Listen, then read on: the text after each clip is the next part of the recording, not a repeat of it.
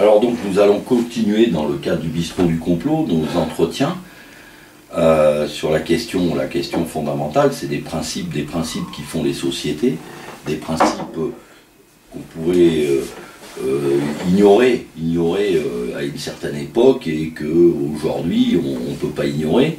C'est-à-dire que en fait, quand on parle de questions sociales, forcément on tombe sur le mot socialisme. Le mot socialisme, en fait, c'est une forme de communisme atténué, donc nous allons un petit peu fouiller dans l'histoire, puisque on voit très bien aujourd'hui, on pouvait ignorer peut-être à l'après-guerre ce qu'allait être le monde d'aujourd'hui. Il y avait une opposition d'un bloc communiste avec un bloc soi-disant capitaliste libéral. Cette pantomime était assez curieuse parce qu'on a découvert avec le temps particulièrement que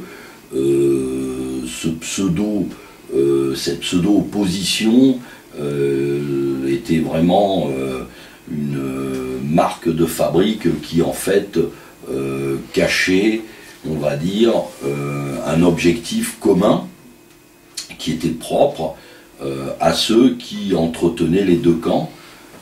D'ailleurs, c'est pas par hasard qu'après la chute du mur de Berlin, les Américains ont inventé un nouvel ennemi qui était le terrorisme. Tout ça pour nous emmener vers une utopie évidente qui est un nouvel ordre mondial. Ce nouvel ordre mondial, on ne peut pas dire qu'il n'a pas une idéologie. Cette idéologie, elle est assez simple à percevoir aujourd'hui, puisque si avant on a vu des révolutions, si on a vu des guerres, qu'on aurait l'excuse de ne pas avoir compris, on voit très bien aujourd'hui que le communisme qui domine sur la moitié des habitants de la planète, n'est-ce pas, et le fameux libéralisme qui est d'un autre côté, pour deux raisons totalement différentes, on va dire, mène vers une même direction, qui est, je dirais, qui est vraiment la doctrine du communisme pur, telle qu'elle a été édictée dès la Révolution française et que Gabin va reprendre jusqu'à aujourd'hui, qui est que on se retrouve avec des inégalités inexcusables, on va dire. Alors vous prenez par exemple le cas de l'Afrique où effectivement on a agité les idées, mais à l'arrivée, qu'est-ce qu'on a vu? On a vu qu'il n'y avait que des présidents fantoches qui étaient au service des cartels, par exemple, qui permet de piller toutes les matières premières de l'Afrique, quelles que soient les formes de gouvernement et quel que soit le nombre de fois qu'ils se sont réclamés pour une justice, pour l'égalité, pour ceci, à l'arrivée, qu'est-ce qu'on tombe? On tombe toujours sur une masse de gens dans la misère, alors particulièrement en Afrique, n'est-ce pas, mais on a le même phénomène quand on jette un œil sur l'Asie, où on voit par exemple un pays comme l'Inde, qui est quand même le plus peuplé au monde. 80% de la population est dans la misère, pourtant il y a une forme de soi-disant capitalisme. On voit bien M. Mittal qui se permet d'acheter des usines et de virer des ouvriers français. On peut voir le même dualisme où on voit par exemple la Chine qui soi-disant est communiste et où apparaissent des fortunes, des milliardaires et toujours une masse prolétarienne, comme par hasard, au service de quelques maîtres. C'est la même chose en Russie. Quand on vivait la Russie à l'époque, avant la chute du mur, avant la fameuse perestroïka, qu'est-ce qu'on voit? On voit une classe privilégiée et une masse d'esclaves.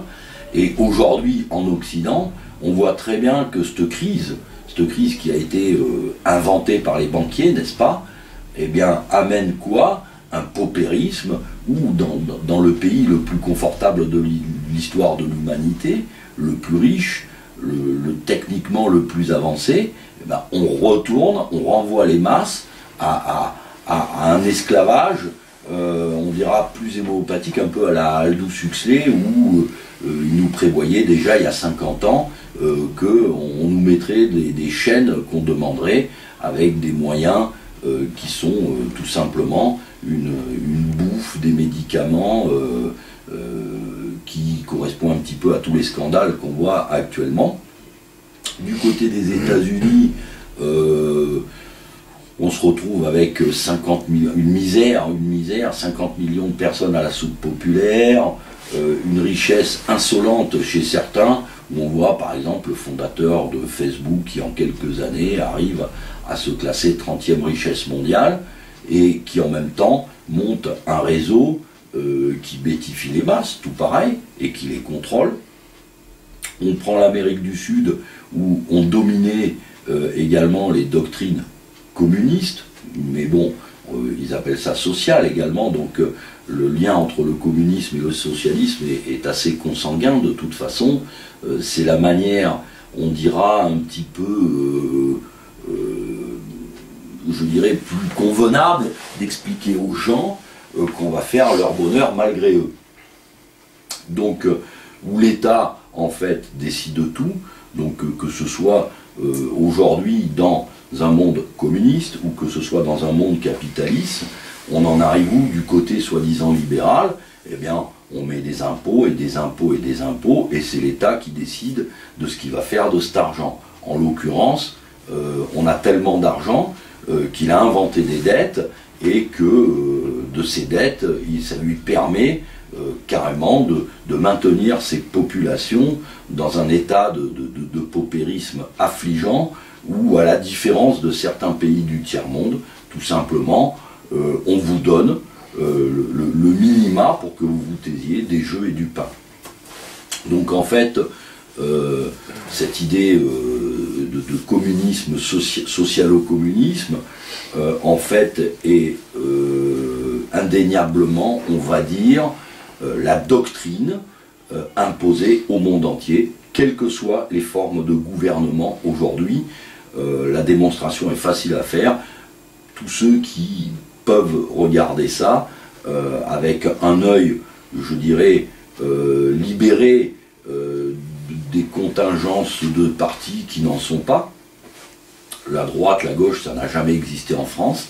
Comme disait Marie-France Garot, on a d'un côté, je dirais, une classe dominante et très petite, des serviteurs qu'on met en politique, des appôts, des illusions. Alors on va vous fabriquer des dieux, les dieux du stade, les dieux du cinéma, les dieux du showbiz, qu'on vous mettra en avant en vous disant, voyez, vous pouvez y aller, c'est pour ça que vous avez des millions d'abrutis qui vont dans des jeux complètement débiles, Secret Story, Star Academy, j'en passe. Voilà, ça c'est l'illusion, c'est pour vous dire, voyez, vous pouvez être quelqu'un dans ce monde-là, c'est important, c'est l'illusion, de toute façon, eux ils s'en foutent. La masse, il faut que la masse soit bêtifiée et soit laïcisée, puisque de toute façon, le laïcisme, c'est quelque part un petit peu en même temps, comme par hasard, la religion de tous les dialecticiens du communisme. Hein. Ils veulent pas, et c'est ce qui fait un petit peu l'opposition justement avec le monde musulman aujourd'hui, où l'idée communiste passe pas, donc on fait à ce moment-là des révolutions, et parce que ça manque de laïcité, etc., etc. Ils n'ont pas ce problème-là actuellement avec l'Occident chrétien, qui n'a plus rien de chrétien, puisque en fait, de toute façon, je veux dire, le christianisme, c'est foi, espérance, charité. Il n'y a plus de charité, c'est normal, il y a de la fraternité, on sait avec qui elle est, puisque dans la crise financière, tous nos gouvernements ont ruiné tout leur peuple pour renflouer les banquiers. C'est la fraternité libérale, et les banquiers ont financé tous les groupes, toutes les écoles de formation de vos élites intellectuelles, qui sont absolument toutes communistes. Vous prenez, aujourd'hui on encensera toujours des Jean-Paul Sartre, des Aragon, des gens de ce calibre-là, des fois des pires comme Heidegger, mais toutes ont une même dialectique qui est, je veux dire, le bonheur des peuples malgré eux. Donc ce bonheur des peuples, c'est soi-disant une espèce de doctrine sociale qui a commencé à apparaître sous la Révolution française. On va commencer donc avec Gabin, qui va nous expliquer un petit peu où sont nées ces idées d'égalité, de fraternité, qui sont la forme, la forme primaire de ce communisme qui petit à petit s'est transformé en doctrine universelle, on va dire. Bon, on va reprendre deux faits de la Révolution à travers deux personnages que sont Robespierre et Babeuf. Alors pour revenir sur l'idéal démocratique, hein, elle va être inscrite dans la Constitution de 1793 faite par Robespierre, qui reprend en fait tous les idéaux décrits par les encyclopédistes d'une part, de Rousseau, Diderot, d'Alembert, etc. Et qui, en même temps, qui a un mélange des idées des illuminés de Bavière, hein. C'est-à-dire où on des loges maçonniques. Des loges maçonniques, où on veut concrètement que l'État s'empare de tout. C'est-à-dire que la propriété privée est abolie, l'héritage est aboli, etc., etc. Donc à partir de 1793, quand Robespierre va arriver au pouvoir en 27 juillet 1793, où il va inspirer déjà la mise en place du comité de salut public, où il en prendra la tête donc en juillet. Et Robespierre, en fait, il va imposer par la force cette société égalitaire, donc dans lequel on va développer la haine du riche. On va expliquer aux masses que pour qu'il y ait une république égalitaire, il faut que tout le monde soit au même pied d'égalité, c'est-à-dire que... Voilà. Un partage des richesses. Voilà.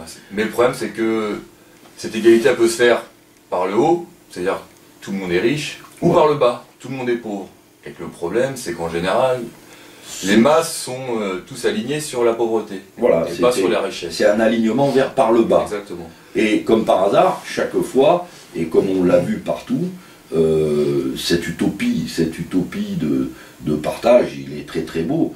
Le problème, c'est que c'est oublier que en fait le mérite, les gens ne peuvent pas être égaux parce qu'il y aura toujours des gens qui seront travailleurs et industrieux, qui arriveront toujours à dépasser certains qui sont un peu moins besogneux ou qui n'ont pas été dotés par la nature d'une intelligence ou d'un père qui est né avec un peu d'argent pour l'aider.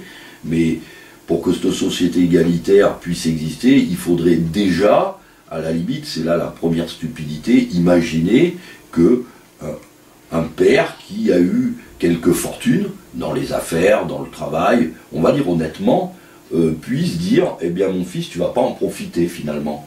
Non, parce que vu qu'on abolit l'héritage de cette façon, voilà. À partir du moment où quelqu'un meurt, c'est l'État qui est censé récupérer toutes les richesses qu'avait créées l'ancêtre, soit un artisan, que ce soit un boutiquier. Donc en fait, les premières victimes de la terreur, ça va pas être les nobles. Non, ils vont partir. Ça sera ni les religieux forcément, mais ça sera le peuple. Dans un ouvrage de Louis Blanc, qui est un socialiste qui a inspiré la révolution de 1848 notamment, il dit clairement qu'à Paris, il y a eu 2800 victimes sous la terreur, il y a environ 500 aristocrates et membres du clergé, alors qu'il y a 2000 membres du peuple, que ce soit ouvriers ou que ce soit des commerçants, petits bourgeois, voilà, de petite bourgeoisie. Donc dans cet idéal, quand même, on va, que j'ai dit tout à l'heure, dans la Constitution de 1793, on fait toujours rimer démocratie avec bonheur. C'est inscrit dans la Constitution de 1793, hein, tout le monde peut aller voir. La consulter. Donc voilà. Donc cet idéal, il est opposé forcément à tout ce qui se passait dans l'Ancien Régime. C'est-à-dire, on va être contre la religion. Donc pour contrer la religion, on va mettre en place le culte des lettres suprêmes. La déesse raison, voilà. L'arbre de la liberté. Voilà, toutes ces fêtes qu'on va instaurer. On va inventer une religion, quoi. On invente une nouvelle religion, hein, toujours dans l'illusion, bien sûr. Une religion égalitaire, soi-disant. Égalitaire, comme si l'égalité, on pouvait la fabriquer, puisqu'on déclare que les hommes sont égaux, alors que... Naissent libres et égaux. Naissent libres et égaux, ce qui est une absurdité complète. C'est strictement impossible, et ça ne l'a jamais été, ça n'a jamais existé. C'est une utopie totale. Et l'État décide que lui va la créer, cette égalité, avec des hommes différents. Voilà, donc on reprend l'État doit être le point central d'une société, c'est-à-dire que tout le monde travaille pour l'État. De cette façon, normalement, tout le monde devrait être égaux. Voilà. Égal, pardon. Égal. Et l'État repartage. Voilà. Et donc c'est là où c'est pour ça qu'on a pris ce point d'appui de la terreur, parce que c'est la première fois, on ne parle pas de communisme encore, mais on va instaurer quand même le principe de la lutte des classes, la dictature du prolétariat. On n'emploie pas encore ces termes, mais la base elle est là. C'est-à-dire qu'on monte les gens les uns contre les autres, soi-disant pour une société égalitaire, mais dans le but final, c'est quand même d'instaurer cette religion d'État. C'est la religion d'État. Le marxisme est une religion. C'est une religion. Donc la terreur, ça va être mise en place en très peu de temps. Donc pendant un an, on ne parle pas des massacres, on ne parle pas de tout ce qui s'est passé à travers les tribunaux révolutionnaires. C'est dans l'histoire, tout le monde le connaît. Alors, Babeuf va dire dans des discours, dans le Cri du peuple, Tribun du peuple, où il a créé ses journaux avec son fils, il explique toujours que pour prendre le pouvoir, il y a besoin de violence. Et c'est là l'autre point central du communisme, c'est qu'on doit imposer les nouvelles idées par la violence. Alors on l'explique pas comme ça au peuple, bien sûr, parce que sinon, les gens sont pas bêtes. Hein. Non. On va pas se faire tuer pour un idéal qui ne nous concerne même pas en plus. Voilà. Et petit à petit, donc, pendant la terreur, on voit que on va essayer de diminuer la population. C'est ce que Babeuf appelle le grand secret de la Révolution française. Voilà. Alors ça dépend des écrits qu'on trouve, on pense que dans leurs idées, on doit réduire la population française d'au moins un tiers. Donc, on était 25 millions à l'époque. 25 millions, donc on doit tuer 8 millions de personnes pour instaurer cette égalité. Alors de là... Le problème c'est que souvent, ceux qui s'imaginent qu'ils vont profiter de l'égalité vont passer à la trappe de la guillotine. Voilà, c'est ça. C'est ça le problème de ce genre de radicalisme, c'est que souvent ils se retournent même contre ceux qui l'ont pensé. C'est-à-dire qu'ils n'arrivent même pas à voir que l'utopie est tellement impossible qu'elle va se retourner contre elle. Et régulièrement d'ailleurs dans les révolutions, les premiers enragés finissent tous morts, guillotinés, fusillés. Je sais plus qui, c'est Churchill, non, je sais plus qui parlait des crétins utiles. Les crétins utiles, Churchill en a beaucoup parlé, de toute façon. Hein. Donc Robespierre, entre guillemets, en est un, puisque lui, même s'il faisait partie de la franc-maçonnerie, il était... C'est un idéaliste, c'est un idéaliste. C'était surnommé l'incorruptible, parce qu'on... il n'était pas à vendre, puisqu'il était idéaliste, donc il avait des idéaux. On regarde ses discours, etc. On voit très bien qu'il avait des idéaux, qu'il voulait les appliquer, qu'il s'est rendu compte que pour les appliquer, il fallait des solutions radicales. Il fallait pas de liberté pour les ennemis de la liberté. Voilà. Donc le problème, c'est à quel moment on se retrouve contre la liberté. C'est assez compliqué, surtout dans un système qui est totalitaire. C'est-à-dire, c'est le paradoxe de ces révolutionnaires qui veulent imposer un État totalitaire pour créer une liberté. Qui est impossible. Qui est une abstraction complète. Puisque la liberté, ça ne veut strictement rien dire, surtout dans un État totalitaire. Mais on voit, dès le départ de la Révolution, que ce qui est l'empreinte du communisme démarre, puisque quel est le principe du communisme? C'est le totalitarisme d'État. Je veux dire, là pour l'instant ils sont partis eux avec une idée religieuse, l'être suprême, etc., comme ils mettront dans la Déclaration des droits de l'homme, comme qui ressemble étrangement au grand architecte de l'univers des loges, l'être suprême, etc. Donc on voit que ça, en fait, c'est quelque chose carrément qui était comique, quoi. Ces rituels religieux étaient comiques, c'était tout simplement pour remplacer les anciens, mais que, en fait, ce totalitarisme-là, en fait, petit à petit deviendra laïcard, c'est-à-dire, je veux dire, athée. C'est-à-dire, c'est de l'athéisme pur qui suivra dans les prochains dialecticiens. Et très rapidement, puisque si tu reprends à Gracchus Babeuf, je vais te laisser reprendre. Donc juste avant, pour finir, la révolution, en fait, c'est tout ce qui est révolution, c'est en fait tous ces gens qui veulent imposer l'État comme religion, ils ont besoin toujours d'une crise. D'ailleurs, Brzezinski le dit dans ses œuvres, on a toujours besoin d'une crise pour changer. Voilà, d'accord. Quitte à créer les crises. Voilà, quitte à créer les crises, on s'appuie sur une crise, on crée une crise, peu importe. Là, la crise de la Révolution, donc on veut changer la monarchie. Et Robespierre l'explique de toute façon, même dans ses discours, dans ses écrits. Pour que le peuple adhère à ses idées, il faut que la crise, elle va se faire à travers une crise économique, financière, reprise de la monarchie, et les gens les poussent au chômage. Ah oui. Vu que d'une part, on interdit, on essaye de spolier tous les artisans et les boutiquiers, donc tous ces gens qui avaient du travail n'ont plus de travail. Les nobles sont partis, donc forcément, ils faisaient quand même travailler une grande partie de la population, donc ces gens ne travaillent plus. Ils font partie de la vie économique, quoi. Et comme on leur explique que de toute façon, toute cette crise est due à l'ancien régime, donc les gens, à un moment donné, adhèrent à ces idées. Donc, on manipule les masses, de cette façon, on peut amener à ces idées. Le problème, entre guillemets, pour eux, c'est qu'à un moment donné, les gens en ont marre. On se fait tuer, on se fait dénoncer par son voisin qui était avant son ami. Donc cette réaction va permettre... disons que la transformation brutale d'une société passe par l'éradication de cette même société, de tous les tissus sociaux qui la constituaient, et il n'a jamais existé dans l'histoire de l'humanité une destruction totale qui puisse amener un grand bien. Et puis déjà, sous la Révolution, quand même, on essaye déjà d'éradiquer la civilisation, parce que l'instruction, on veut le faire que par l'État. Oui. On détruit, les premiers autodafés, enfin les gros autodafés ont lieu aussi pendant la Révolution, c'est-à-dire que tous les livres, on les brûle, les bibliothèques, on les interdit. Donc en fait, on veut vraiment, ce que Platon voulait déjà faire dans la République, il écrivait déjà, que ce soit l'État qui gouverne tout. C'est-à-dire, donc, il n'y a plus de mariage, voilà. C'est-à-dire la famille nucléaire n'existe plus, un mari, une femme. Les enfants, à partir du moment où ils naissent, ils appartiennent à l'État, donc on les instruit pour qu'ils puissent grandir de cette façon qu'ils adorent l'État. Donc c'est, encore une fois, on revient de ça, mais c'est toujours la religion d'État qui prime. La religion. On reviendra sur Hegel, tout ça, mais toute cette théorie sera reprise tout au long du XIXe siècle par... on reviendra sur Marx, Hegel ou toutes les sociétés secrètes. Mais le but, c'est ça.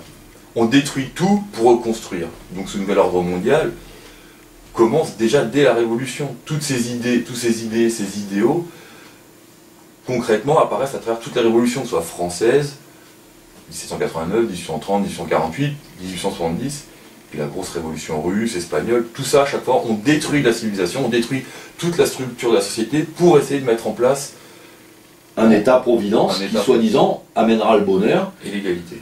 Et l'égalité. Sauf comme on dit, on constate, à part la violence, à part les massacres, bon, le peuple, il ne gagne pas grand-chose à travers tout ça. Le peuple n'y gagne pas, et en plus, à l'époque, il y avait une constitution sociale avec, de toute façon, si on reprend l'histoire de tous les grands hôpitaux de Paris, les Invalides, les 30-40, la Salpêtrière, enfin tous les grands hôpitaux de Paris qui étaient fondés par des ordres religieux qui se retrouvent. D'ailleurs, on a des constats qui datent de toute la France où tous les hôpitaux arrêtent de fonctionner. Que ce soit, on a des appels au secours de tous les hôpitaux de Bordeaux, de Marseille, de Lyon, de partout, on leur dit mais on n'a plus rien. C'est-à-dire, vous avez interdit les congrégations religieuses, vous les avez massacrées, mais vous n'avez rien mis à la place.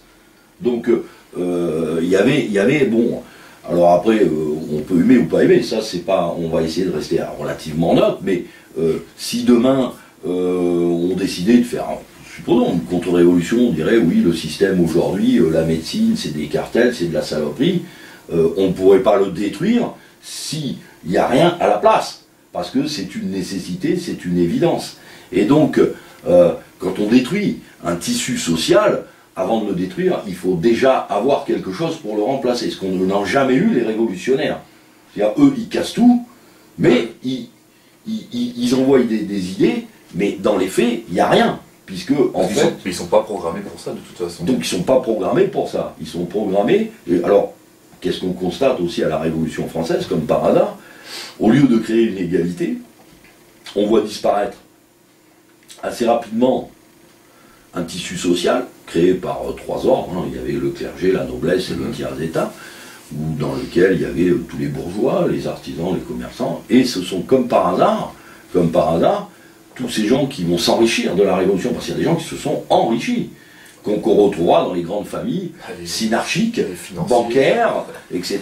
Alors comme par hasard, alors dans les faits, on peut encenser cette révolution si on veut, on peut encenser des grands idéaux. Parce que voilà, c'est ce que j'allais dire, parce que les idéaux sont magiques, sont beaux, forcément ça attire. Quand on te dit que tout le monde va être riche, c'est intéressant. C'est merveilleux.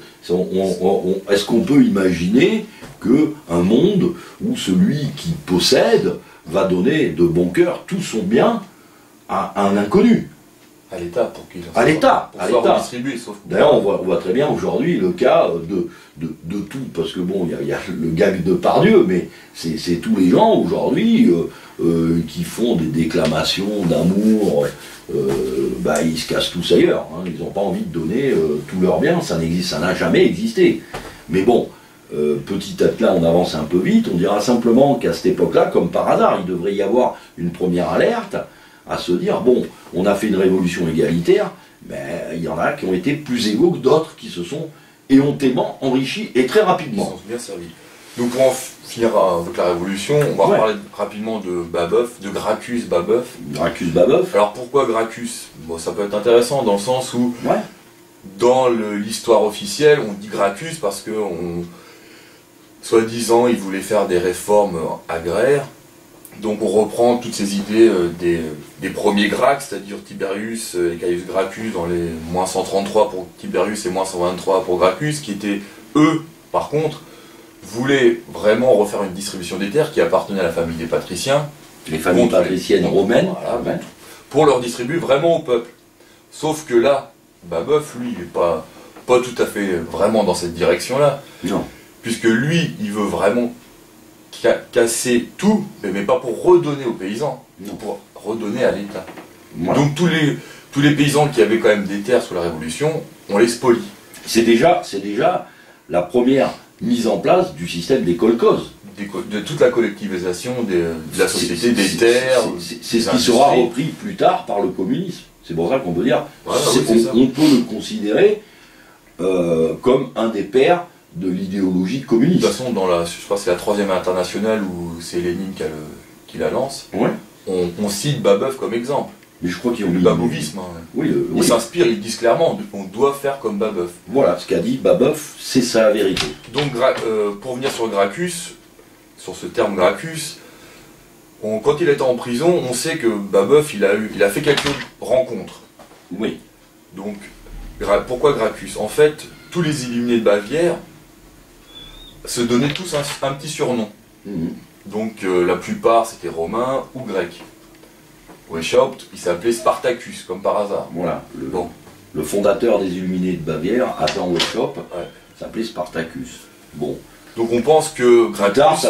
ce système sera repris également par la haute vente, qui est également une société secrète, où ils choisiront d'autres noms. Des surnoms. Mais toujours des surnoms. Donc Gracchus, au contraire de Robespierre, comme on a dit tout à l'heure, on pense qu'il était un peu... Même si ses idéaux ont suivi cette direction des illuminés et des encyclopédistes, Gracchus, lui, était vraiment dedans, quoi. Oui. Et la différence de Gracchus avec Robespierre, c'est que Gracchus, soit on le prenait pour un fou, bon, il est sûrement un peu pas illuminé, mais allumé, on peut dire, un petit jeu de mots un peu simplé. Ouais. Il était alluminé. Alluminé, voilà, c'est ça. Et à travers ça, donc Gracchus, au début, il veut pas reprendre toutes les idées de Robespierre parce que il n'a pas encore été en prison, il n'a pas encore fait ses rencontres, il est un peu idéaliste aussi, il se dit, ouais, quand même, Robespierre, il a été loin dans la terreur, cette dépopulation, quand même, ça allait loin. Et quand il sort de prison, quand il va faire la conjuration des égaux avec Buonarroti notamment, d'ailleurs il écrira le manifeste des égaux, tout le monde peut le trouver, où il explique clairement en fait que, voilà, la société, pour que ça fonctionne, la dépopulation, on en a besoin.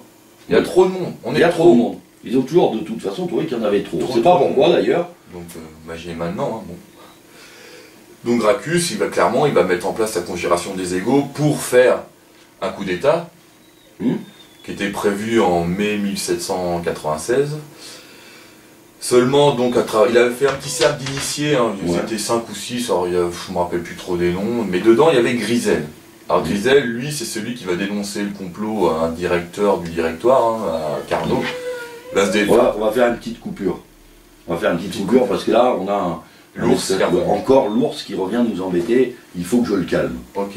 Donc, petite coupure.